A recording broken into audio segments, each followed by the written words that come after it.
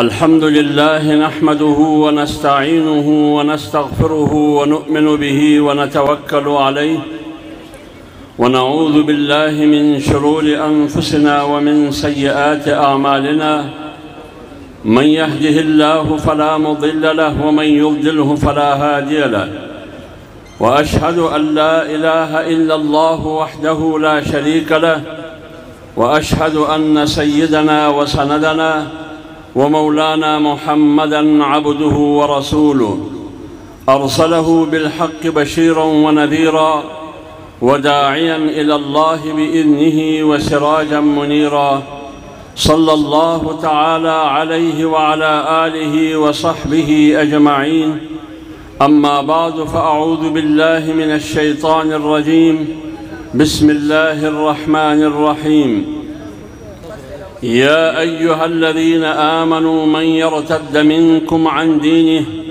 फसौफ़ यअतिल्लाहु बिक़ौमिन युहिब्बुहुम व युहिब्बूनहु अज़िल्लतिन अलल मुअमिनीन अइज़्ज़तिन अलल काफ़िरीन युजाहिदून फ़ी सबीलिल्लाह वला यख़ाफ़ून लौमत लाइम ज़ालिक फ़ज़्लुल्लाहि युअतीहि मन यशा वल्लाहु वासिउन अलीम सदक़ल्लाहु मौलानल अज़ीम। मुहतरम व क़दरमनु दरनो उलमाए किरामो द पेशवर द मुख्तलिफ़ो अतराफ़ो सराग़लो उलमाए किरामो परजिन मयनो दरनो अज़ीज़ानो मुसलमानानो पर स्टेज बांजे नास्त बुज़ुर्गान उलमाए किराम मुफ्ती शहाबुद्दीन पोपलज़ई साहब मौलाना अहमद अली साहब कारी फज़लुर रहमान साहब मौलाना इशफ़ाक़ुल्लाह साहब मौलाना इकबाल हैदरी साहब और मोहतरम अजताज महमद साहब स्तासु द टोलू दज़र द कुमी और दज़र द तला शुक्रिया अदा कौम चिदनन पदा गदरना गोंडा और जलसा की माता द शिरकत दावत रा कर खुदावंदी करीम जी स्तासु द गसा और मेहनत पखपल दरबार की कबूल वगर्ज़ी चूँकि दनन द गदरना गोंडा दादा आलमी मजलिस तहफ़्फ़ुज़ ख़त्म नबुवत तर नज़ारत लांदी द ख़त्म नबुवत पनामा बांदी रागुंड सवेदा ज़ परदागा गठ इज्तिमा और गुंड बांदी आलमी मजलिस तहफ़्फ़ुज़ ख़त्म नबुवत ज़िम्मेदारान था दज़रद कुमिन मुबारकी उरकोम दरनो मुलगुरु ख़त्म नबुवत और द ख़त्म नबुवत अक़ीदा ज़मा द मखा उलमाए किरामो ज़मा दा यकीन दी चाह वो द ख़पल दानिस्त द ख़पल इल्म मुताबिक पर दगा मौज़ू बांजे तफसीली प मुख्तलिफ़ सूरतों बांजे खबर करी खुदावंद करीम जी तासु त पागा बांदी द अमल कौल तौफ़ीक़ दरकिया। ख़त्म नबुवत दा द ईमान आसास थी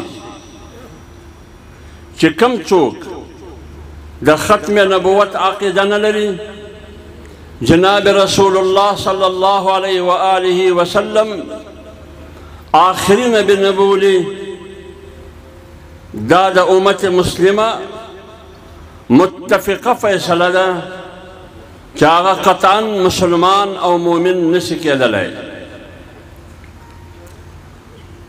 लेकिन बदकिस्मती दादा कि पकम मल्की मुर्वसीजु दे मल्क नुम इस्लामी जमहूरिया पाकिस्तान दे पजे मल्के अफसोस او تعجب درد دا دی چې نن علماء کرام د ملک په کنج کې په مختلفو اطرافو کې په مختلفو ښارو کې د ختم نبوت په نامه اجتماعګانې کانفرنسونه جوړوي و خلکو ته دا شعور او دا آګاهي ورکوي چې ختم نبوت څه ته وایي، د ختم نبوت عقیده څه ته وایي، څه مسله ده دا پیښه څه ده.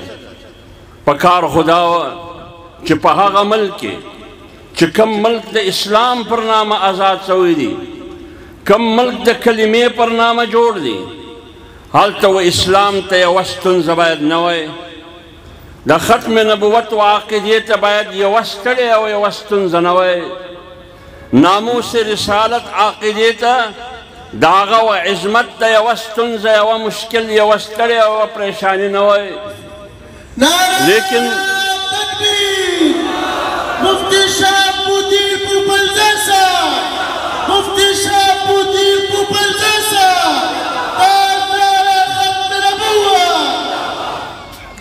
لیکن نن په پاکستان کې هر هغه مرکز ته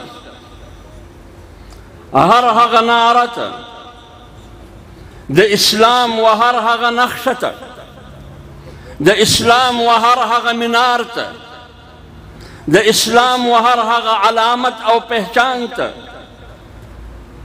ستونزه او ستړې پیښه ده. ولې که چیرې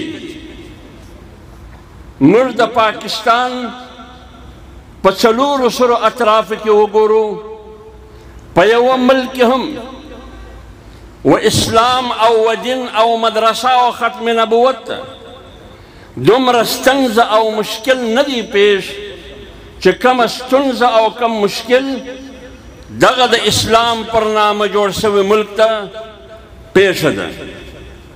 په کار دا ده موږ پر دې غور وکړو چې دا څنګه ملک دی، دا څنګه اسلامي ملک دی، دا څنګه ملک دی چې د کلمې پر نامه جوړ دی.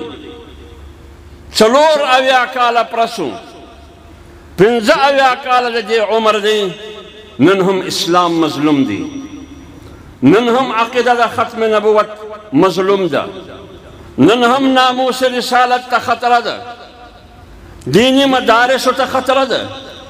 نن دینی مدارس د دغه ملک د پالیسي په وجه باندې دا د خطرې او د دهشتګردي مراکز بلل کېږي. ژیره او لنګوټه دا د خوف د دهشتګردي او د دهشت علامت بلل کېږي چې کوم څوک ته ختم نبوت او د ناموس رسالت خبره کوي و هغه ته مذهبي انتها پسند ویل کېږي. باید پر دې موږ غور وکړو چې په دې ملک کې دا ولې پیښه ده. زموږ او ستاسو په ګاونډ کې یو ملک دی چې هغه ته افغانستان وایي. په افغانستان کې غټ 3 جنګونه شوي دي. یو جنګ د برطانیې او د انګریز سره شوی دی، بل جنگ د روس او د سوویت یونین سره شوی دی، بل جنگ غټ جنگ 20 کاله د ټولې دنیا سره شوی دی د امریکې په سرپرستۍ کې د نیټو په نامه او د نیټو د اتحاد په نامه. 45 کاله دغه جنگ بغیر څه وقفې په افغانستان کې جاري و. لیکن داسې یو څوک نسو پیدا چې هغه د نبوت دعوه وکړي، داسې څوک نسو پیدا چې هغه د رسول الله صلی الله علیه و آله وسلم توهین وکړي، سره د دې چې په افغانستان کې یو قانون نو د توفک حکومت په افغانستان کې یا د روس توفک راج کاوه یا د امریکې توفک راج کاوه په افغانستان کې، یا د توفک خاوندانو د توفک د راج او د طاقت په ذریعه د افغانستان پر خلکو حکومت کاوه، یا د امریکې په سرپرستۍ کې د نیټو په نامه پر افغانستان باندې 20 کاله اور بل و د اسمان د خوا هم او د مځکې د خوا هم یو قانون هم نو بیا هم چا د ختم نبوت نه انکار نه وکړي چا د رسول الله صلی الله علیه و آله وسلم توهین نه وکړي چا د نبوت دعوه نه وکړه دا ولې په پاکستان کې دستور شته په پاکستان کې آئین شته په پاکستان کې قانون شته په پاکستان کې پارلیمنت شته په پاکستان کې سپریم کورټ شته په پاکستان کې عدالتونه شته د انصاف چارجواري شته لیکن بیا هم د ختم نبوت نه انکار هم شته بیا هم دروغجن نبیان په هره کوڅه او په هره ګلۍ کې ګرځي خپل مرکز یې په پنجاب کې د ربوه په نامه جوړ کړی دي دا ولې په هره ګلۍ په هره کوڅه کې د قرآن توهین کیږي په هره ګلۍ په هره کوڅه کې رسول الله صلی الله علیه و آله وسلم ته ښکنځلې کیږي او د هغه توهین کیږي دا ولې په پاکستان کې هم 99% مسلمانان دي په افغانستان کې هم اکثریت د مسلمانانو دي هلته یوه ستونزه نشته دلته هره ستونزه شته ستا په څنګ کې ایران هم شته چې هغه ځان ته اسلامي جمهوریه ایران وایي د ختم نبوت په عقیده کې هغه د موږ سره متفق دي چې هر کله په پاکستان کې د ختم نبوت د تحفظ او د دفاع دپاره موږ جنګ شروع کړی دي شیعه د موږ سره پر څنګ ولاړ تمام تحریکونه وګوره د عطاالله شاه بخاري رحمت الله علیه د زمانې تحریک وګوره د هغه د مخه د هغه د بعد وګوره د ختم نبوت د عقیدې د تحفظ دپاره که شیعه دي که سني دي که دیوبندي دي که بریلوي دي که مقلد دي که غیر مقلد دي دا پر یو پلیټ فارم هیڅ فرق نشته وجه دا ده چې په ایران کې د ختم نبوت منکرین نشته په سوال هم نه پیدا کېږي دروغجن نبیان نه پیدا کېږي په دوربین کې هم نه پیدا کېږي د رسول الله صلی الله علیه و آله وسلم توهین جرأت څوک هم نشي کولی تصور هم څوک نشي کولی تا ته څه در پیښه ده وجه دا ده چې هلته که قانون نه دی لیکن چې کله د ختم نبوت او د ناموس رسالت دی رالی بیا قانون شته یو زمانه دی شوه په افغانستان کې زما اوس د هغه بادشاه نومیر دی چې په هغه زمانه کې غلام قایدیاني مرزا غلام قایدیاني خپل خلک افغانستان ته واستول د دې دپاره چې ورسې زما د نبوت دعوت به خلکو ته ورکړي چې مرزا غلام نبي دی په مختلفو نمو باندې په تاریخ کې راځي د عبدالرحمن په نامه د عبداللطیف په نامه مختلفو نمو باندې خلک په افغانستان کې وفدونه واستول چې ورسې د افغانانو ته د افغان و قوم ته دعوت ورکړي چې یو نبي پیدا شوی دی چې د هغه نوم مرزا غلام احمد دی لہذا پکار دا ده چې تاسو د هغه دعوت د هغه نبوت او د هغه دین ورسره ومنئ لیکن چې کله د وخت و بادشاه ته خبر ورکولی سو چې دغسې خلک د افغانستان پر پاکه خاوره باندې دغسې ناولې پروپیګنډه کوي دغسې ککړه پروپیګنډه کوي چې هغه دروغجنه د نبوت دعوت دی او د نبوت دعوه ده او د کومې خاورې نه راغلي دي د دې بر صغیر د خاورې نه ورغلي دي هغه اعلان وکړي چې ورسې رایې ورکړي د علماو نه اورېدلي په کتابو کې لیدلي چې کله یې راوستو د توپ و مخ ته یې ودرول په توپ یې وړاو په توپ یې وړاو د ابوبکر صدیق رضی الله تعالی عنه تاریخ را ژوندی کی ابوبکر صدیق رضی الله تعالی عنه د مسیلمه کذاب د ختمولو دپاره هغه انجام ته د رسولو دپاره هغه هم لشکر تیار کړ 1200 صحابه کرام شهیدان شو 1200 صحابه کرام لیکن د رسول الله صلی الله علیه و آله وسلم په 23 کلنۍ جد و جهد کې چې په هغه کې 14 کاله د مکې لس کاله د مدینې د ریاست په 23 کلنۍ جد و جهد کې د رسول الله صلی الله علیه و آله وسلم کې 259 مسلمانان شهیدان شو. څو شهیدان شو؟ 259 259 201 کم شپېته. لیکن د مسیلمه سره په معرکه کې 1200 صحابه کرام شهیدان شو. د دې معنا دا ده چې ستونزه ډېره غټه وه. د دې معنا دا ده چې دشمن د مسیلمه په شکل کې سره د ملګرو دا ډېر لوی حرامي دي. لہذا د هغه د ختمولو دپاره 1200 صحابه کرامو قرباني ورکړه. ختم نبوت دا اهمیت لري. په پاکستان کې قانون شته، عمل نشته. په پاکستان کې آئین شته، عمل نشته. هر ورځ هر حکومت په بین الاقوامي دباو په نتیجه کې، د عالمي دباو په نتیجه کې هر حکومت چې کله پر اقتدار راځي، هر حکمران چې اقتدار له راځي، هغه په دې سودا راځي چې پر پاکستان هم سودا د سره کوم، پر اسلام هم سودا د سره کوم، پر دین او پر ایمان هم سودا د سره کوم. لیکن دا د علماو برکت دی. دا د جمعیت علماء اسلام، د عالمی مجلس تحفظ ختم نبوت، د تمام دینی مذهبی اسلامی جماعتو او د دینی مدارسو او د 40 کروڑ عوامو په طاقت باندې تر اوسه پورې دشمن بری نه دی پیدا کړی. او انشاءالله العزیز غلام قیدیانی اولاد،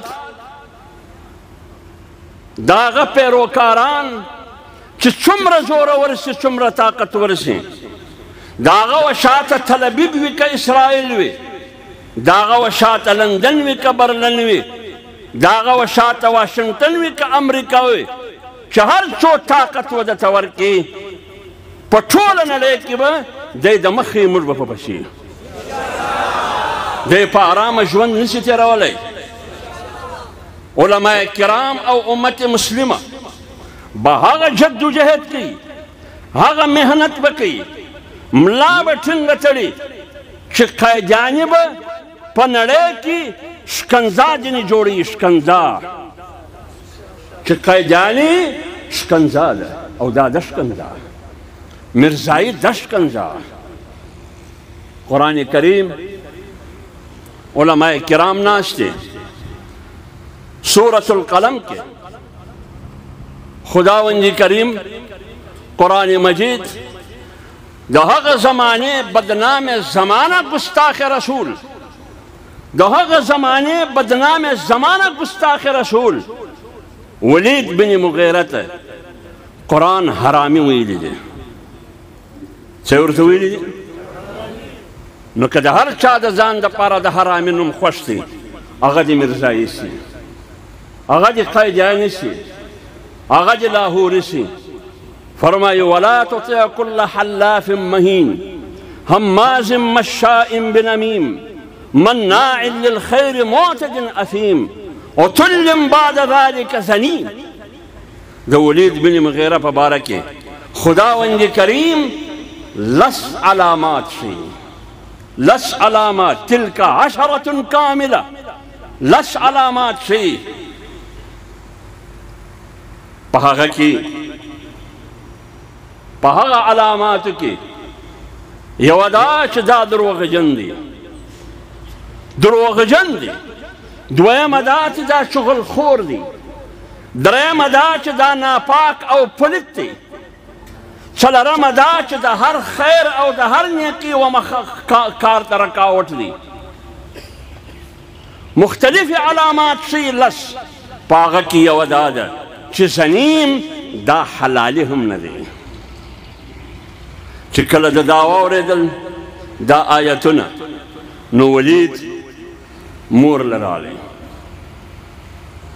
توره یې وایسته، پر مور یې پورته کړل، و مور ته وویل چې د مسلمانانو نبي قطعا درواغ نه وایي، د مسلمانانو نبي غلط بیان نه کوي دروغجن نه دی د مسلمانانو نبي زما په باره کې لس نقش او لس علامات ښوولي دي په دې کې د نو سره زه اتفاق لرم په ما کې ستا زه یې منم لیکن د یوې فیصلې د یوې علامې تصدیق او فیصله به ته کوې هغه دا د مسلمانانو نبي ما ته زنیم ویلي دي دا فیصله به ته کوې زه حرامي یم که حلالي یم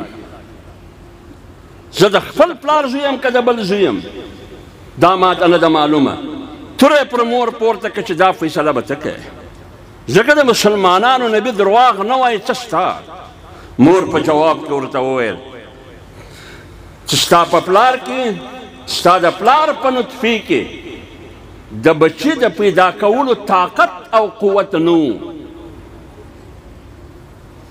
طاقت او قوت نو هغه جراثیم هغه اکسیجن نو پکښې لہذا ما د شپانه سره زنا وکړه د هغه زنا په نتیجه کې ته پیدا شوې لہذا د مسلمانانو رب هم رښتیا وایي د مسلمانانو نبي هم رښتیا وایي ته حرامي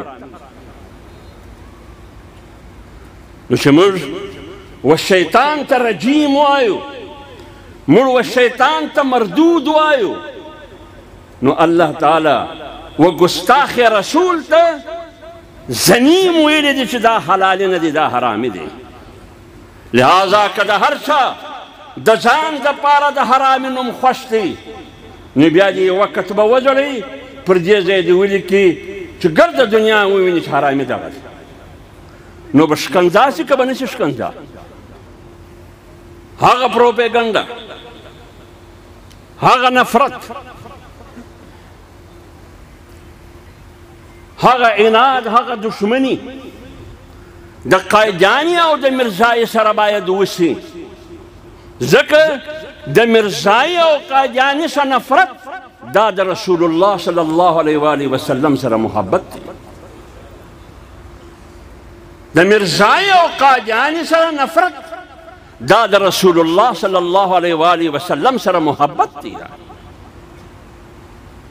او چې کوم څوک د قایداني سره دشمني کوي دا زموږ دوستان دي ځکه د دشمن دشمن دا دوست وي او هر هغه څوک چې هغه ایمان لري پر الله او د الله پر رسول باندې پر قرآن باندې ایمان لري دا نشي کېدلی چې هغه د الله د رسول سره یاري او دوستي وکړي ځکه الله فرمایي لا تجد قوما یؤمنون بالله واليوم الآخر یوادون من حاد الله ورسوله دا کېدلی نشي که قوم دی که فرد دی که سړی دی که جماعت دی دا مؤمن نشي کېدلی قطعا نشي کېدلی چې دی د الله د رسول سره د الله د رسول د دشمنانو سره یاري او دوستي کوي دا نشي کېدلی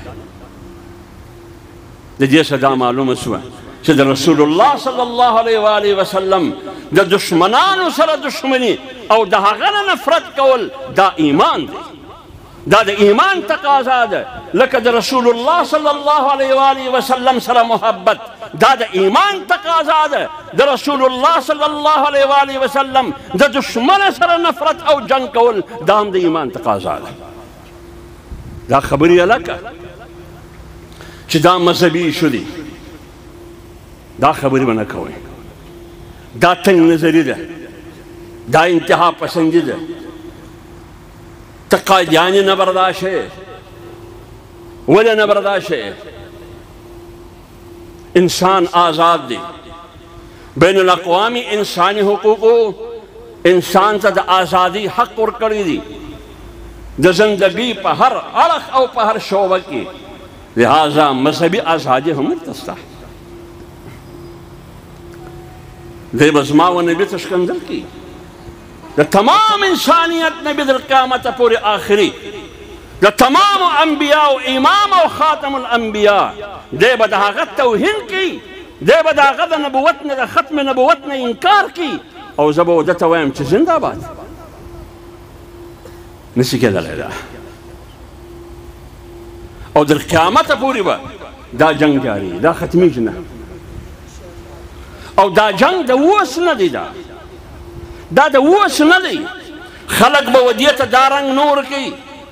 د مذهبه څه بېزاره خلک، سیکولر او بېدینه خلک چې و ځان ته روشنخیال او اعتدال پسند وایي، هغه چې هر رنګ و دې ته ورکړي، لیکن موږ بیا هم و هغه ته په هغه نظر ګورو چې قرآن و ده ته په کم نظر ګوري. موږ په هغه نظر ورته ګورو. الله فرمایي خداوند کریم د دې آیات پرونا کې فرمایي یا ایها الذین آمنوا من یرتد منکم عن دینه فسوف یأتی الله بقوم يحبهم ويحبونه أذلة على المؤمنين أعزة على الكافرين يجاهدون في سبيل الله لا يخافون لومة لائم. خداوند کریم 1400 کاله مخکې موږ ته ویلي دي چې یو طبقه، یو فتنه د ارتداد به پیدا کیږي، یو جماعت د مرتدینو به پیدا کیږي، یو جماعت د منکرینو به پیدا کیږي چې هغه د دین او د دین د اساس نه به انکار کوي، هغه د ایمان او د ایمان د اساس نه به انکار کوي. من یرتد منکم عن دینه، یو جماعت به پیدا کیږي، یو فتنه د ارتداد چې هغه به د اصولو او د ایمانیاتو نه به انکار کوي. ختم نبوت عقیده دا د ایمانیات نه ده، دا د ایمان اساس او بنیاد دی، د دې نه به انکار کوي. الله فرمایي چې د دې په مقابله کې د دغه جماعت د سرکوبۍ دپاره، د دغه جماعت د مقابلې دپاره فسوف یأتی الله بقوم، زه به یو جماعت پیدا کوم. خداوند کریم وایي زه به یو جماعت پیدا کوم، هغه به د دغه ګمراهانو مقابله کوي، هغه به د دغه منکرین ختم نبوت مقابله کوي، هغه به د دغه فتنې مقابله کوي. بقوم، جماعت به زه پیدا کوم. لیکن کم جماعت چې مقابله کوي د دغه فتنې چې نن په نامه د قادیاني او د مرزایي ده، د دغه فتنې مقابله کوي، د هغه قام او د هغه جماعت به شپږ صفتې. اول يحبهم، دغه جماعت او د دغه جماعت د وګړو سره به، د دغه جماعت او د دغه جماعت د وګړو او د کارکنانو سره، کارندهو سره به الله محبت کوي. دا به الله ته محبوب وي. يحبهم. دویم صفت دا دی يحبونه، د دغه جماعت وګړي او کارکنان به د الله سره محبت کوي. محبت به وي د جانبینو نه، محبت به د جانبینو نه وي. د جماعت وګړي، د جماعت کارکنان به د رب سره محبت کوي او رب به د دې سره محبت کوي. کاز څه دی؟ پروګرام څه دی؟ د کم کاز او د کم نظریه او د کم فکر پر بنیاد باندې دا دومره غټ تړون او محبت د رب او د مخلوق په مابین کې. کاز دا دی چې د هغه فتنې په مقابله کې ولاړی چې هغه فتنه د ختم نبوت نه انکار کوي، هغه فتنه چې هغه د دین او د ایمان د اساس نه انکار کوي، چې هغه ته فتنه ارتداد وایي. اذلة علی المؤمنین، د دغه جماعت بل صفت دا دی چې کله د مؤمن سره مخامخ شي بیا سر نه ګونځي، بیا دی د عجزي او د انکساري نه کار اخلي. اذلة علی المؤمنین. لیکن چې کله د دین د دشمن سره مقابله راشي، د کفر سره مقابله راشي، اعزة علی الکافرین، بیا په جګه شمله، په لوړ سر او په پراخه سینه و جنګ ته تیار. اعزة علی الکافرین، در هغه وخت پورې مقابله کوي، در هغه وخت پورې مقابله کوي چې در څو پرې شکست نه ورکړي. یجاهدون فی سبیل الله، او دا هغه مبارزین دي، دا هغه مجاهدین دي چې د دې فتنې په مقابله کې جنګ کوي، چې د دې په مبارزه کې به هغه تسلسل وي، چې دی به نه ستړی کېدونکی مبارز وي. یجاهدو د چا په پسکي به نه خطا وځي، د چا په درواغو به نه خطا وځي، د چا د پروپیګنډې څخه به نه مروبه کېږي، د چا د طاقت څخه به نه مروبه کېږي، د چا د پروپیګنډې او د افواهو سره به نه متاثر کېږي. د ختم نبوت د عقیدې تحفظ به بیا هم کوي. لا یخافون لومة لائم، د چا د شکنځا پروا به نه کوي، د چا د سپکې ورځې پروا به نه کوي، څوک تا ملامتوي د دې پروا به نه کوي. دی چې هر څه وایي هغه دې وایي، لیکن یجاهدون فی سبیل الله، ته به خپله مبارزه ته دوام ورکوي.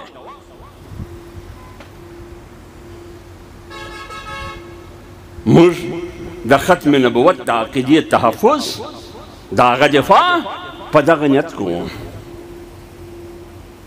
په دغه نیت یې کوو.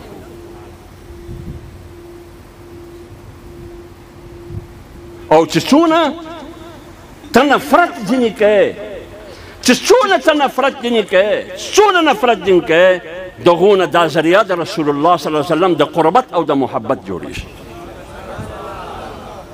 دا باید ستا ایمان و عقیده وي. النبي اولی بالمؤمنین من انفسهم، چې دغه ځان پر تا څونه حق لري. د جناب رسول الله صلی الله علیه و آله وسلم عزت او ناموس در دغه سل نه زر کرته بالا پر تا حق لري. تر ځان به د مخه بولې. لهذا رسول الله صلی الله علیه و آله وسلم عزت او ناموس، ختم نبوت عقیده دا د پاکستان نه هم د مخه ده، دا د جمهوریت نه هم د مخه ده، دا د آئین نه هم د مخه ده. زه هغه آئین نه منم چې و ماته د ختم نبوت د عقیدې تحفظ نه راکوي. زه هغه ریاست نه منم چې و ماته د ختم نبوت او د ناموس رسالت تحفظ نه راکوي. که پر دې باندې څوک ما باغي بولي، که پرون هم باغي وم، نن هم باغي یم، سبا به هم دغه بغاوت کوم.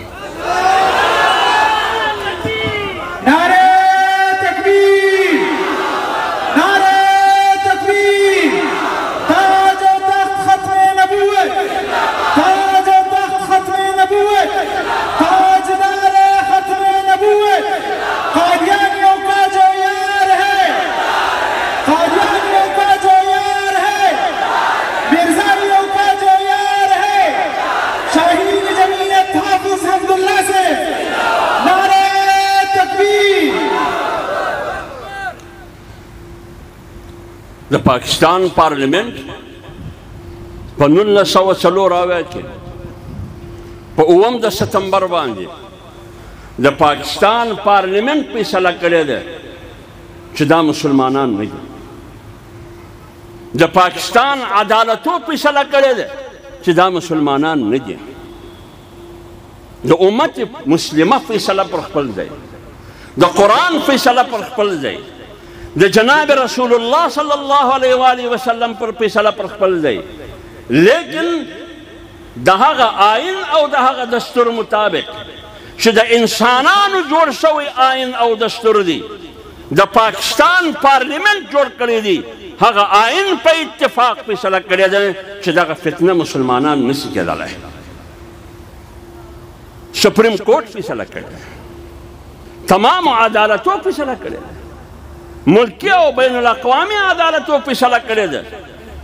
لیکن چې کله آئین د پاکستان قانون تعزیرات پاکستان ودته د سزای موت سزا ورکوي، د مرګ سزا ورکوي، چې کله توهین د رسالت وکړي، د ختم نبوت نه انکار کوي، دته فیصله دا ده چې دا مسلمان نه دی. زه چې د آئین د هغه حقوقو، د آئین د هغه دفاعاتو، د تعزیرات پاکستان د هغه دفاعاتو او حقوقو او د آئین د هغه ارټیکل یو خبره کوم. لہذا دا د آئین د بالادستی جنگ دی چې زه کله د آئین د بالادستی جنگ کوم، آئین و ماته د ختم نبوت د عقیدې د تحفظ ضمانت راکړی، آئین و ماته د ناموس رسالت د توهین نه ځان ساتل، د هغه مخه نیول، د هغه تحفظ کول، آئین و ماته دا ګرنټي او دا ضمانت راکړی. سپریم کورټ او های کورټ ماته ضمانت راکړی.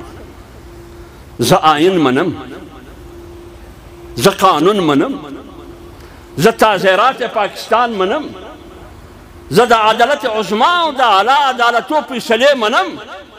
دی نه مني، دی آئین نه مني، پارلیمنٹ نه مني، د سپریم کورټ او د عدالتو فیصلې نه مني. د پاکستان د آئین د آرټیکل 6 مطابق چې کم څوک د پاکستان آئین نه مني، هغه که یو ټکي نه مني که ګرده نه مني، دا باغي دی او د باغي سزا مرګ ده. بیا ولې ریاست خاموش دی؟ ولې په آئین عمل نه کیږي؟ ولې په قانون عمل نه کیږي؟ د دې معنا دا ده چې په هره کوڅه او په هره ګلۍ کې د رسول الله صلی الله علیه و آله وسلم توهین کیږي، د ختم نبوت منکرین پیدا کیږي. وجه دا ده چې قانون شته او په قانون عمل نشته. قانون شته په قانون عمل نشته، آئین شته او په آئین عمل نشته. په تیر حکومت کې ناری خدا ویل کېده چې دا د امریکې خلاف دی، لیکن د امریکې انټرنیشنل ریلیجیس افیر د مذهبي امورو کمیټي انټرنیشنل هغه فیصله کوي.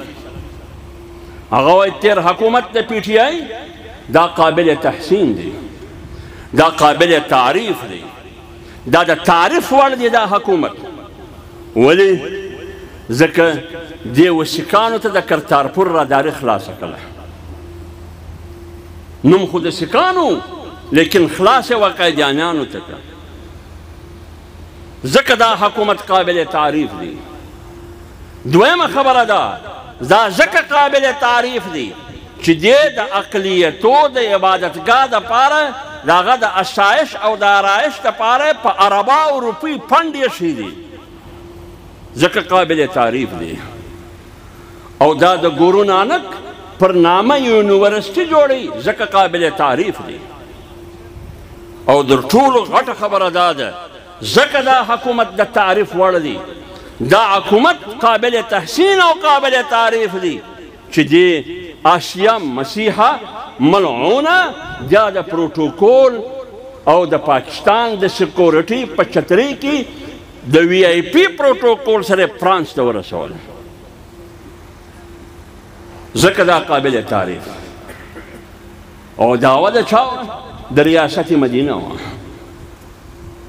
په ریاست مدینه کې هغه څوک چې هغه د پیغمبر توهین کوي یا د ختم نبوت انکار کوي، هغه ژوند تېرولی شي و هغه ته تحفظ ورکول کېده نه کېده.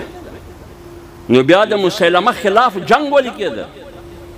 په کار دا و تحفظ یې ورکړی وی. تا چې د ریاست مدینه دعوه درلود، تا چې د ریاست مدینه دعوه درلود، د هغه اصول خدا و څوک د ختم نبوت نه انکار کوي او د رسول الله صلی الله علیه وسلم توهین کوي، قانون او آئین و هغه ته کومه سزا ورکوي تا باید هغه ورکړی وی، لیکن تا لار ورکړه. بیا ورته وایي چې 4 کاله خو دې هغه کړي دي چې هغه ښېګړي دي د تعریف وړي، 4 به نور کوي، 4 به نور کوي. په هغه کې یو دا چې د ناموس رسالت توهین څوک وکړي او هغه توهین ثابت شي، د هغه سزا مرګ ده. دا قانون به ختمه. بل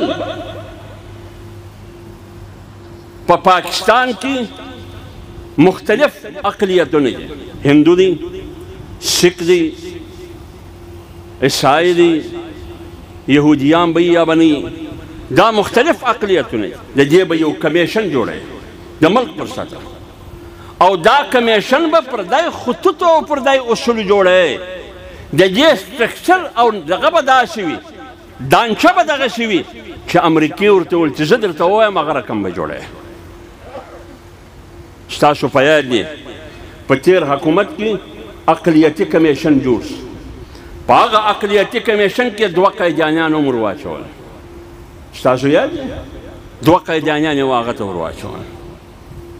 اقلیتی کمیشن به جوړی، تمام اقلیتو نمائندگی به پکشي. او چې ما څنګه درته ویل هغه به جوړی. چې کله د دغه دوه پکې واخیستل، جمعیت علماء اسلام په پارلیمنت کې عالمي مجلس تحفظ ختم نبوت علما او پر قوم ودرېدی چې دا به نه وي. اوس هم پر ریکارډ شته چې دوی د خپل ځان دفاع نه شي کولی. بله دا ورته وویل چې دا کار به کوې چې هغه قانون به ختموي چې ما درته وویل. او څلورم چې څه بندیان دي په پاکستان کې د ناموس رسالت او د توهین په نامه، دا ټوله به یې لکوي. دا څلور کاره به نور کوي. دا هر یو تیر حکومت کوشش وکړ، لیکن جمعیت علماء اسلام او تاسو او قوم او عالمي مجلس تحفظ ختم نبوت دا هغه مخ ونیوی. دا اوس دغه حکومت ستاسو په مخ کې دی. ناموس صحابه او ناموس اهل بیت د دې د تحفظ دپاره د تمامو سیاستدانانو په اتفاق، د تمام سیاسي جماعتو په مشاورت، د قومي اسمبلی او د سینټ نه بالاتفاق دا قانون جوړ شو، دا بل پاس شو چې د پاکستان په چاردیواري کې به نه څوک د صحابو توهین کوي نه به د اهل بیت توهین کوي. یو طرف ته بېدینه تنظیمونه، یو طرف ته بېدینه تنظیمونه، سیکولر تنظیمونه، مذهب بیزار تنظیمونه، نیشنلسٹ جماعتونه، بل طرف ته یو جماعت د 350 په مقابله کې صرف 15 اراکین اسمبلی، صرف 15 په سینټ کې صرف 4 د 104 په مقابله کې په اتفاق تعالی قانون پاسوي راوړي چې دا زما او ستاسو د عزت، د دین د عزت او د ناموس بل و. دا په اتفاق پاسوي. در دې بله خوشخبري شته؟ در دې بله نیکبختي شته؟ در دې بله کامیابي شته؟ پکار دا ده چې موږ پر هر محاذ باندې خپل ځان مضبوط کوو. په هره ګلۍ، په هره کوڅه کې، په هره محله کې باید موږ مضبوط یو. موږ صرف جمعیت علماء اسلام د ختم نبوت د عقیدې د تحفظ، د ناموس رسالت تحفظ، د شاعر اسلام تحفظ، د دینی مدارس تحفظ جنگ صرف پر روډونو پر سړکونو نه دی کړی، په پارلیمنت کې دننه هم کړی دي، پر منبر محراب هم کړی دي، او پر چوک او پر چوراهو باندې هم کړی دي.